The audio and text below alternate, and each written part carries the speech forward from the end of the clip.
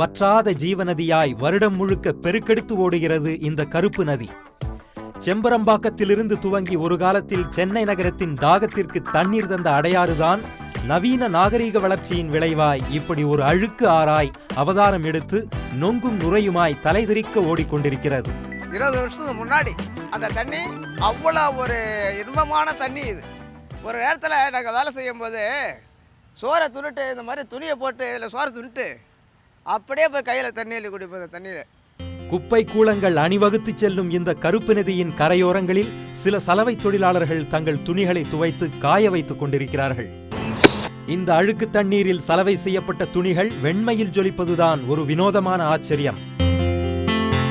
நாங்கள் இதில் தான் 40 வருஷம் 50 வருஷமாக தோச்சுன்னு கிடக்குறோம். இதே தண்ணியை பார்க்குறவங்களுக்கு பாதி பேருக்கு தண்ணி ஐயோ என்ன பிடிக்குதுன்னாங்க. அந்த தண்ணியில் நாங்கள் துணி துவைச்சி நாங்கள் அதுக்கேற்ற கெமிக்கல் போட்டு அது இது பண்ணால் அந்த வாசனை வராது, எதுவும் வராது. எப்படியா கொண்ட அழுக்கையும் எடுக்கக்கூடிய தண்ணி சக்தி இந்த தண்ணிக்கிட்ட உண்டு.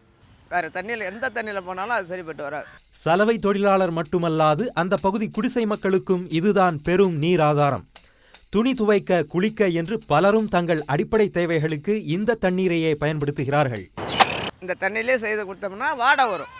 அதை வேறு தண்ணி ஊற்றி அழிச்சு அதுக்கப்புறம் செய்தால் உனக்கு துணி சுத்தம் பண்ணி கொடுப்போம். இப்போ தான் 10 வருஷமாக தான் தண்ணி இதுமாரி ஆயிடுச்சு.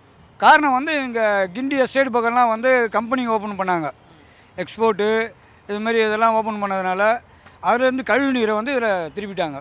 மாட்டாரகராக அந்த ஆற்றல் தான் விட்றான், ஆட்டாரகராக அந்த ஆற்றல் தான் விட்றான். அப்போ இதில் ஆற்றலை என்ன பண்ணோம் பார்க்குற தண்ணி எப்படி வரும், எந்த மீனங்க நிற்கும், எந்த ஜீவன் நிற்கும். இங்கே தங்களுக்கு நல்ல தண்ணீருடன் கூடிய சலவைத்துறை கட்டித்தரும்படி பல ஆண்டுகளாக கோரிக்கை வைத்து வருவதாகவும், ஆனால் எந்த அரசும் தங்கள் கோரிக்கைகளை கண்டுகொள்வதில்லை என்றும் வேதனையுடன் குறிப்பிட்டார்.